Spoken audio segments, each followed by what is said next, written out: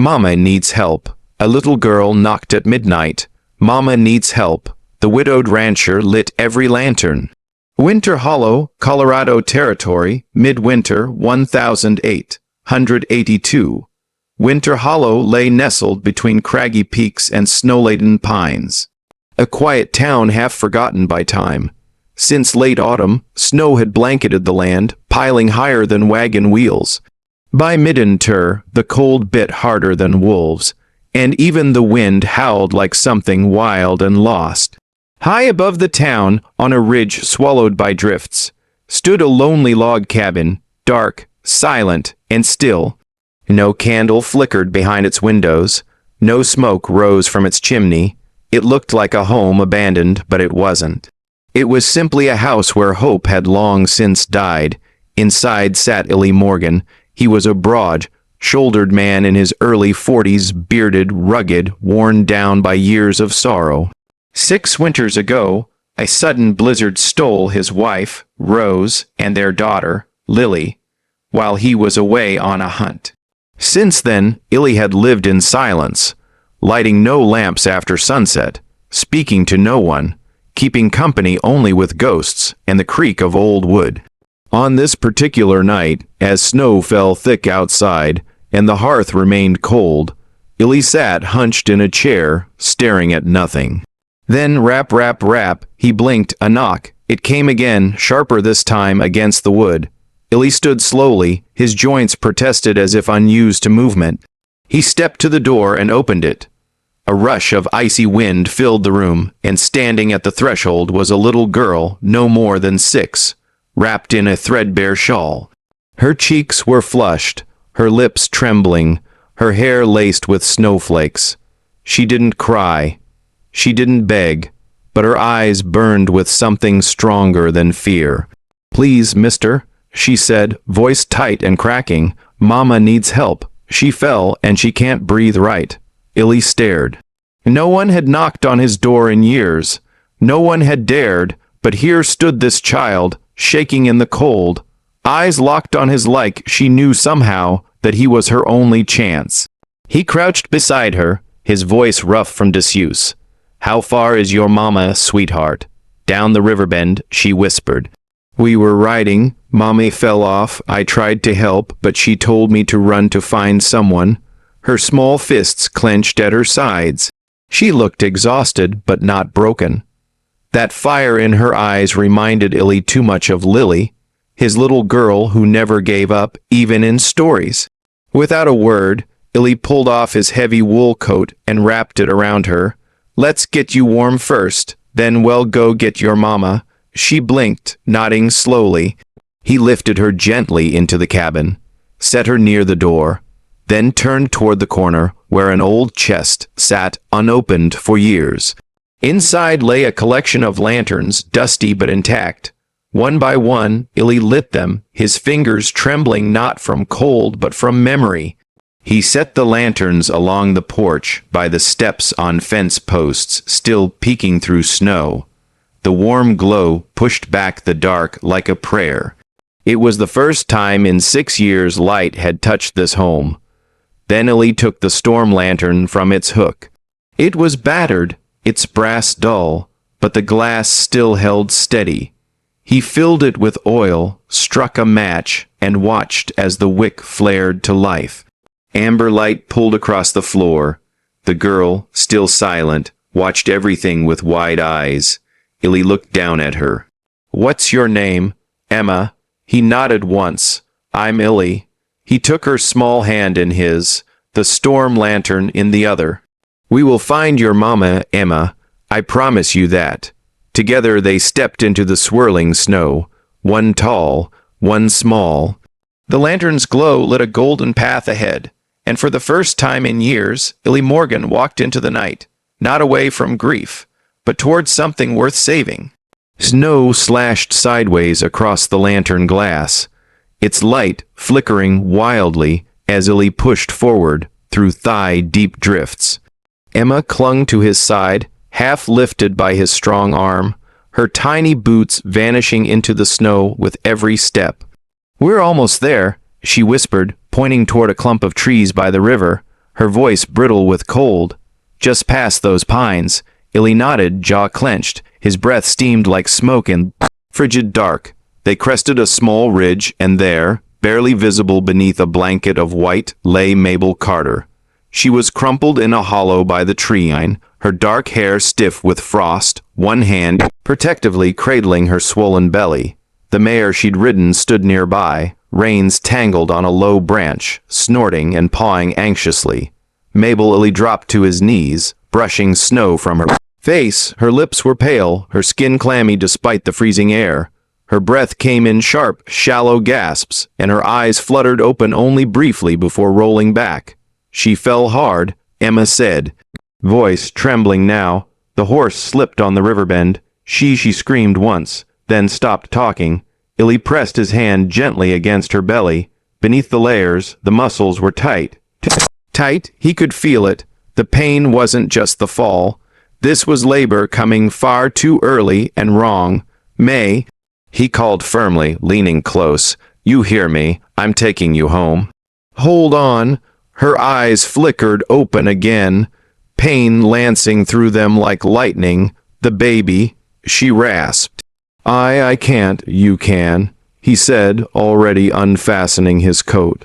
"But not here." In one smooth motion, Illy stripped off his oil-skin coat and wrapped it tightly around her belly, securing it with the leather strap from his saddle bag. Blood had seeped through her skirt and was beginning to stain the snow. "I need both of you to stay strong," he said, his voice gruff but steady. He lifted Mabel into his arms. She cried out softly, but did not resist. Her entire body was limp with exhaustion and pain. Emma reached up, taking her mother's cold fingers in her own as they began the long trek back. Snow blasted into their faces, biting and blinding. But Illy pushed forward. Step by brutal step, he carried Mabel across the frozen land, Emma trudging silently beside him, one hand clutching her mother's and the other holding tight to Illy's coat. His breath came heavier now, fogging the lamp's glass. Every muscle screamed with strain, but he dared not slow. Each gust of wind was a whisper from the past. "You weren't there in time. You left them too long. You failed them." "Not again. Not tonight." He looked down at the woman in his arms and the child at his side, two souls clinging to life by the thinnest thread. When the cabin finally came into view, lit now by the lanterns he had left burning, Illy surged forward with the last of his strength. Inside, he laid Mabel gently on the worn settee near the fire. Emma crawled beside her, brushing her hair back with trembling fingers. "She's going to be okay now, right?" she asked, voice nearly gone. Illy paused. His hands were bloodied. The fire crackled. Mabel moaned, one hand still pressed to her belly, her body convulsing as another contraction tore through her. There was no time. The nearest doctor was over 20 m away. No rider could make it through the storm in time. He stood still for a long moment, watching her labor through clenched teeth, watching Emma curl protectively beside her. Then Illy Morgan turned to the kitchen, grabbed the cleanest linens he owned, fetched a pail of warm water, and took a long, steadying breath. "I will not lose another family to the storm," he muttered to himself. Illy looked back at the woman lying in pain and the child looking up at him with silent trust. And he made the choice. He would stay. He would fight. He would deliver this child himself, tonight, no matter what it took. The storm still raged outside. Wind howled through the cracks in the walls, and snow piled higher against the windows. Inside, the dim kitchen flickered with the trembling glow of a single oil lamp. Shadows danced on the wooden walls, long and restless. Mabel lay on the thick blanket.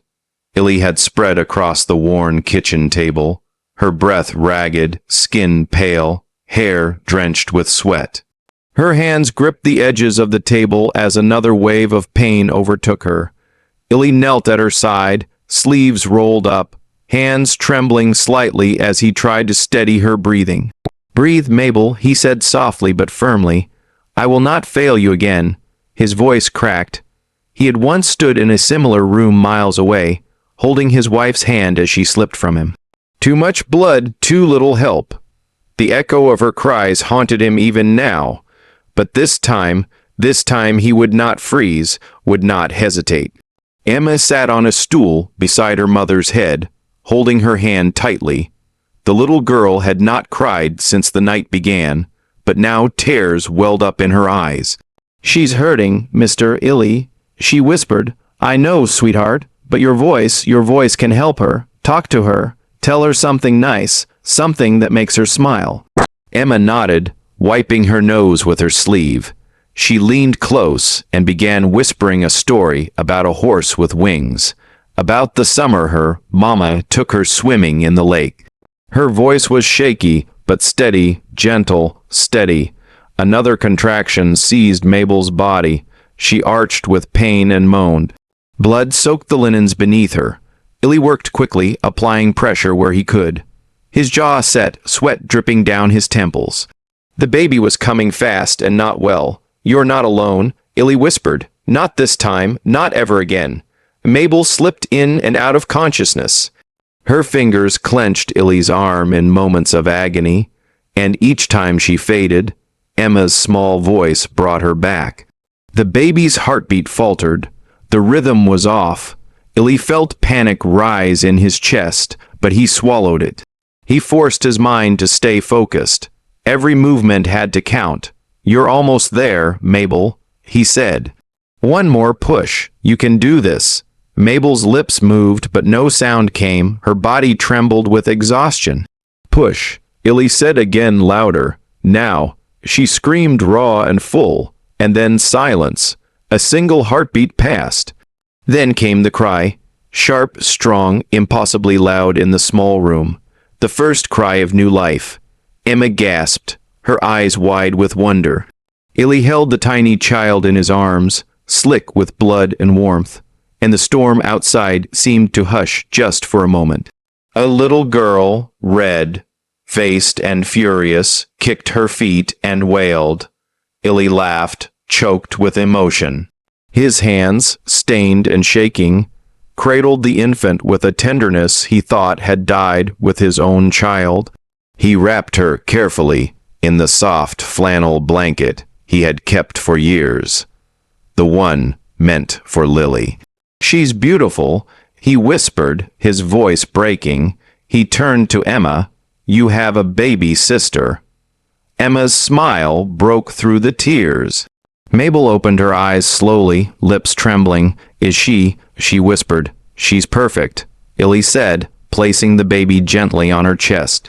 Mabel cried, then softly, as her hands found her child. And Illy, for the first time in 6 years, sat down, let his head fall into his hands, and wept, not for the past, but for the miracle that had bloomed in the middle of a storm. The kitchen, once so cold and silent, now pulsed with life, new life, and a man who had lived in shadows now held the light. Morning came slow and pale, seeping through the frost-laced window like a timid guest. The small kitchen still smelled faintly of smoke and blood, but now it held something else too. Warmth. Mabel lay on the makeshift bed, her cheeks still pale, but her breathing steady, lips parted softly in sleep. Her hair clung to her damp temples.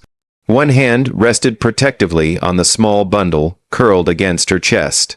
Beside her, Emma sat on a wooden chair, too small for the long night she had endured. Her head leaned against her mother's arm, mouth slightly open in sleep. One small hand still clung to Mabel's fingers.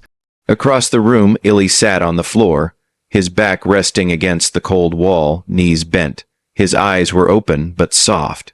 In his lap, the newborn slept, wrapped tight in the soft flannel and the gentleness of his touch. He looked down at her tiny face, the rise and fall of her breath. Then he reached over to the bucket of warm water and rinsed his hands slowly, deliberately.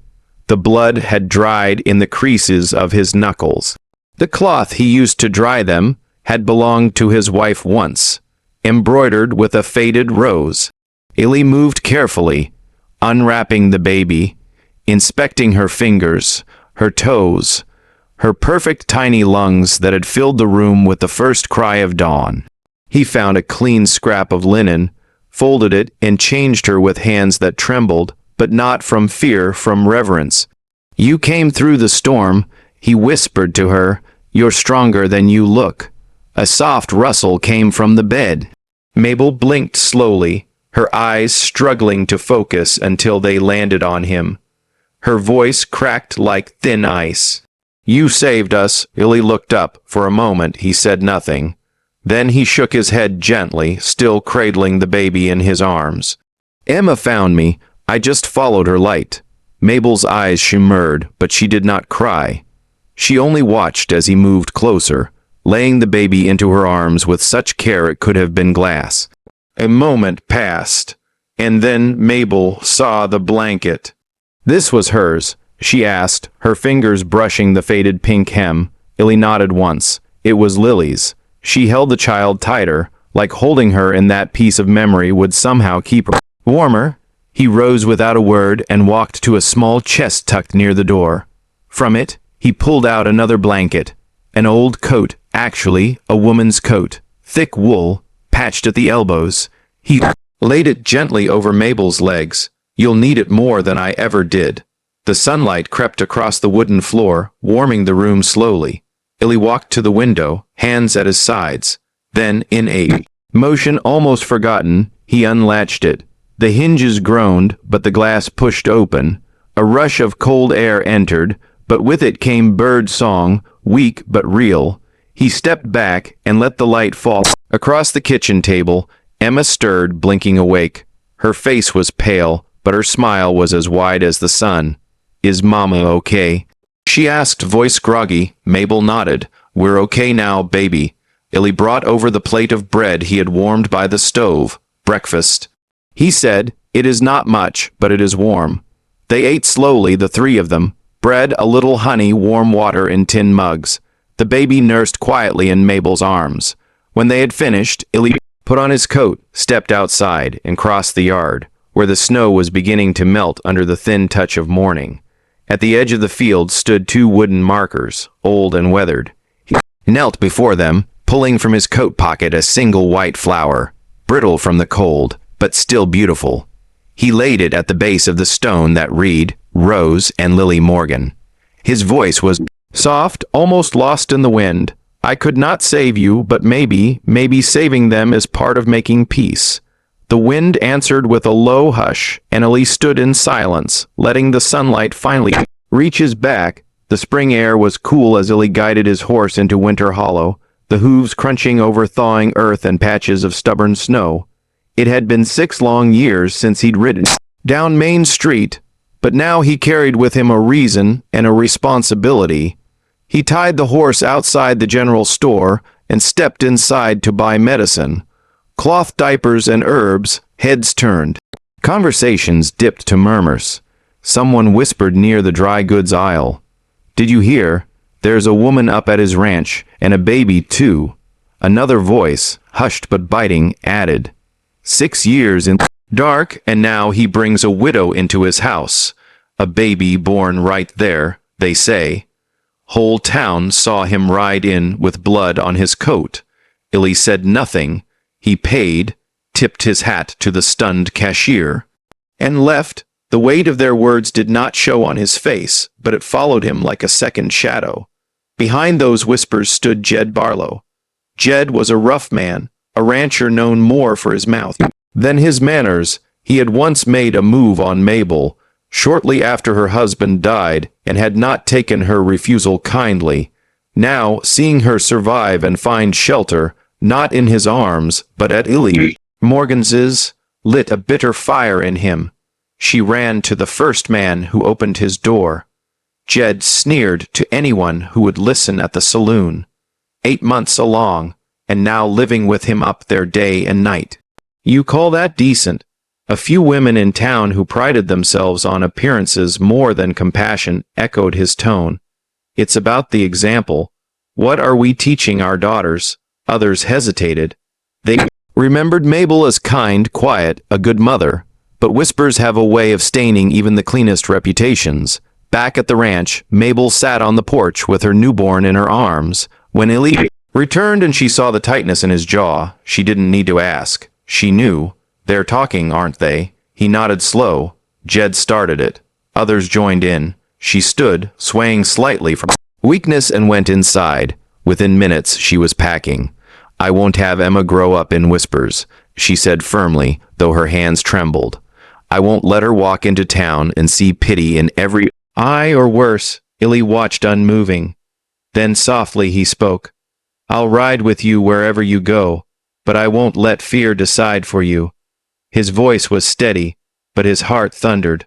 From behind the doorframe, a small voice interrupted. Emma had heard everything. She stepped out, cheeks flushed, little fists clenched at her sides. I heard them saying bad things about Mama. Mabel turned startled. Emma, you don't need to. But the girl lifted her chin. My mama is brave. She said loud and clear, voice shaking but unwavering. She saved my baby brother. She walked through snow, and Mr. Illy is kind. He saved us both. Silence. A neighbor who had wandered up the path stood frozen. More people in the town had gathered than either Illy or Mabel realized, and every one of them heard the girl. Rawness in her tone, the conviction in her tiny frame. It was stronger than any sermon, more honest than any defense. A woman in the back wiped her eyes. A man near the steps looked down at his boots. No one spoke. Mabel knelt and pulled Emma into her arms, holding her tight. Illy stood beside them, not speaking, but something in his eyes had softened, the edge of pain dulled by the edge of pride. No more words were needed, because when truth is spoken by a child, it cuts deeper than rumor and heals faster than silence.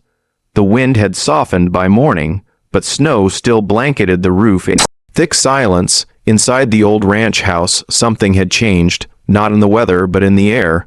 Illy stood out front, eyes scanning the sagging shingles above the porch. The roof had held through the storm, but barely.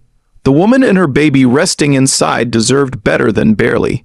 He climbed onto the ladder without a word and began stripping damaged tiles, hammering in new ones he'd salvaged from the barn.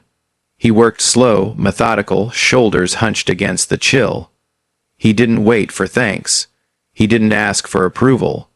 He simply built something stronger, one nail at a time. Inside, Mabel watched through the window, baby cradled against her shoulder. Her body still etched from the birth, but her heart etched more from the sight of a man working without pride or demand, just kindness. That evening, Emma set the table. She stood on her tiptoes to smooth out the napkins, trying to fold them like she remembered her mama doing when Papa was still alive. They weren't perfect, but she was proud. Mabel ladled stew into tin bowls, humming softly. The aroma of carrots, onions, and leftover roast filled the small kitchen. Illy entered quietly, removing his coat and hanging it by the door. His hands were cracked and calloused from the day, but when he reached for the salt, he passed it gently like it was the most natural thing in the world. They ate without much talk, just the clinking of spoons, the crackle of the hearth, and the occasional happy gurgle from the newborn in a basket by the stove. It was a simple meal, stew, stale bread, warm tea, but to the three of them, it might as well have been a feast. At one point, Illy looked up and caught Emma watching him. "What is it, sweetheart?" he asked softly. Emma shook her head, grinning. "This feels like home." Neither adult spoke, but they both smiled. After the meal, Illy excused himself and went to the old trunk at the foot of his bed. He hadn't opened it in years, not since the funeral. He lifted the lid slowly, dust motes dancing in the lantern light. Inside was a folded dress, a dried bouquet, and a small velvet pouch. He brought the pouch back into the kitchen and held it out to Mabel. She looked at him puzzled. "What's this?" Illy didn't sit. He only stood there, eyes kind but distant. "It was roses," he said. "A silver locket. She wore it the day we married." Mabel hesitated, her hand hovering. "I can't." "You can," he said gently. "For the baby, it brought love once. Maybe it will again." Her fingers closed around the pouch. She didn't open it yet. She only whispered, "Thank you."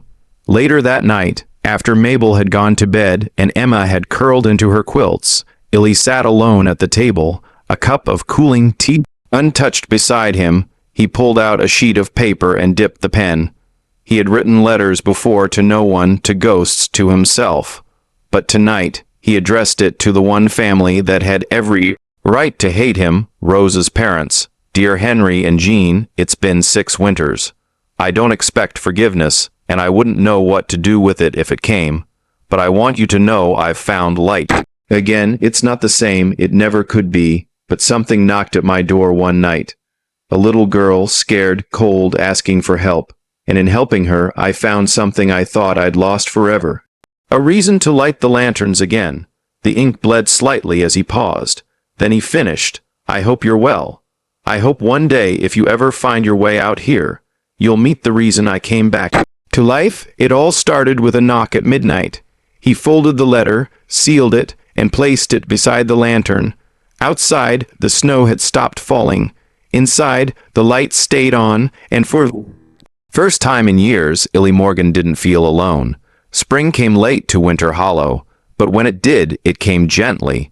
The thick layers of snow had receded, leaving behind damp earth, and the first brave clusters of wild flowers pushing up along the fence line. The air smelled of pine sap and turned soil. For the first time in many years, the sun felt warm again. Illy was in the field hammering new posts into the ground, replacing what winter had cracked and broken. Each swing of the mallet echoed not just strength, but purpose. On the porch, Mabel sat with a pail beside her, wringing out a line of clean baby cloths. Her sleeves were rolled, hair pinned up, and for the first time since that harrowing night, her cheeks carried color. She paused to look out across the field at Illy. Emma was barefoot in the yard, chasing a moth with a ribbon in her hand, her laughter as light as the breeze. Chickens pecked nearby, and from the open kitchen window came the scent of fresh bread. Ranch, once a place of silence and shadows, now pulsed with life. It was no longer just Illy's house. It was something more. That evening, Mabel set the table with care. She used the best dishes, still chipped but polished, and wiped the wooden surface until it glowed in the fading sun. She steeped tea leaves in a tin pot and lit the small lamp, not for necessity, but for comfort. When Illy stepped in, wiping dirt from his hands, she met him with a quiet smile, not words. That was her invitation. That was her yes. Emma took her seat between them, chattering as she passed the bread and talked about bees and clouds and the rabbit she had named Button. She was the thread, sewing their stories together with her voice. Mabel reached to pour Illy a cup of tea. As she handed it to him, her fingers brushed his. He did not pull back. Instead, he looked at her, really looked, and she looked back. Neither spoke, neither needed to. In that glance, there was more than gratitude, more than companionship. There was a promise, unspoken but strong. They had survived something dark and unrelenting, and now with the snow gone, their hearts had room to bloom. After supper, Mabel disappeared into the other room. She returned holding something carefully folded. A coat. Illy's coat. The one he had wrapped around Emma the night she knocked on his door. She stepped forward and, without a word, draped it over his shoulders. "You gave this to save someone you didn't know," she said, voice soft but sure. "I'm keeping it now." And the man who gave it. Illy stood frozen for a moment, eyes locked on hers. Then he placed his hand over hers where it still rested on the fabric. There was no need for more words. Later that night, the porch lantern glowed, not out of fear, but by choice. Illy sat outside as Emma danced in the grass, naming fireflies, chasing their glow. She paused, picked up the lantern, and turned to him. "I want to name it," she declared. Illy raised an eyebrow. "The lantern." Emma nodded. "It's hope," she said firmly. "Because it keeps coming back."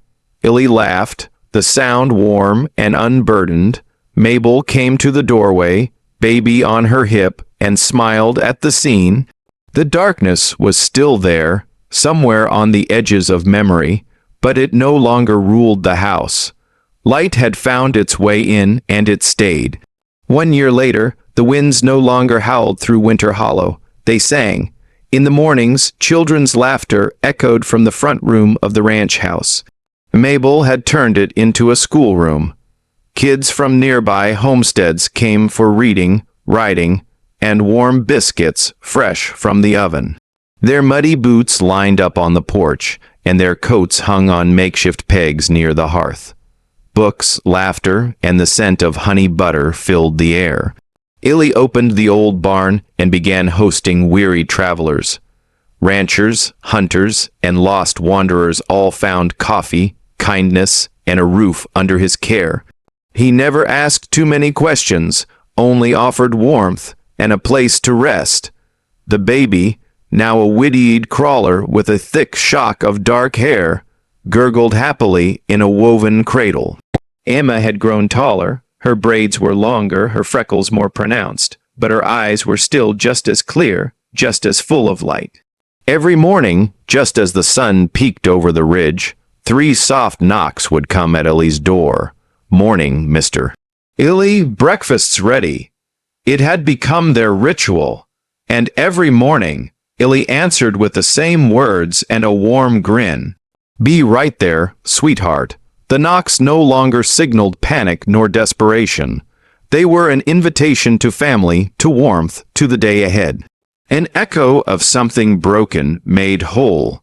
Sometimes Emma would knock even if she knew he was already up, just to be sure the day began right, and Illy always answered, even if he had already been standing behind the door.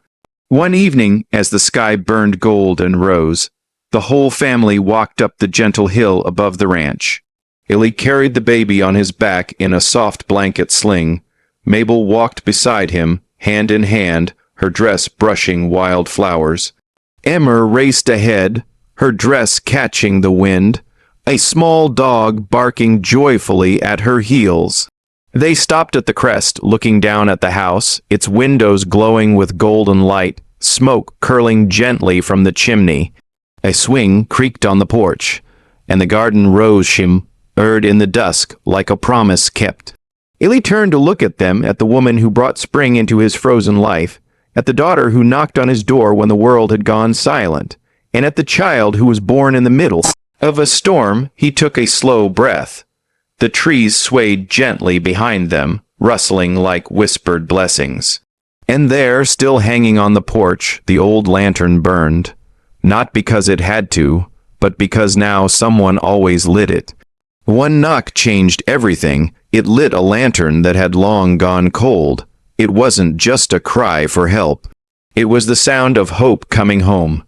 If a little girl knocked at midnight, Mame needs help. The widowed rancher lit every lantern, touched your heart, hit that hype button, and help us spread the warmth of hope through the coldest storms. And don't forget to subscribe to Wild West Love Stories for more heartfelt tales of love, redemption, and resilience from the rugged frontier. The lanterns are still glowing, and the stories are just getting started. See you in the next ride.